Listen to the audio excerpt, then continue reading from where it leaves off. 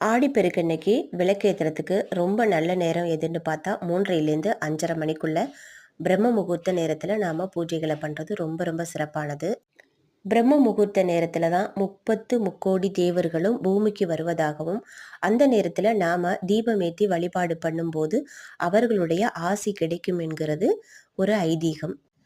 நம்மளுடைய முன்னோர்களும் இந்த நேரத்தில் அவங்களுடைய ஆசிகளை வழங்குவாங்கன்னு சொல்கிறாங்க. பிரம்ம முகூர்த்த நேரத்தில் நம்மளால் விளக்கு ஏற்ற முடியல அப்படின்னா சூரிய உதிக்கிறதுக்கு முன்னாடியே விளக்கு ஏற்றி பூஜை பண்ணிடுங்க. மாலையில் 6 மணிக்குள்ளார கண்டிப்பாக விளக்கு ஏற்றிடுங்க. வீட்டு நிலைவாசப்படியில் ஒரு விளக்கு ஏற்றிட்டு அதுக்கு பிறகு நம்ம பூஜை அறையில் வந்து விளக்கு ஏற்றி வழிபாடுகளை செய்யலாம். ஆடிப்பெருக்கென்று நம்ம வீட்டு பூஜை அறையில் மஞ்சள், துவரம்பருப்பு, கல்வுப்பு இது 3 வச்சு சாமி கும்பிடுங்க. வாழ்க வளமுடன். வீடியோ பிடிச்சா லைக் பண்ணுங்கள்.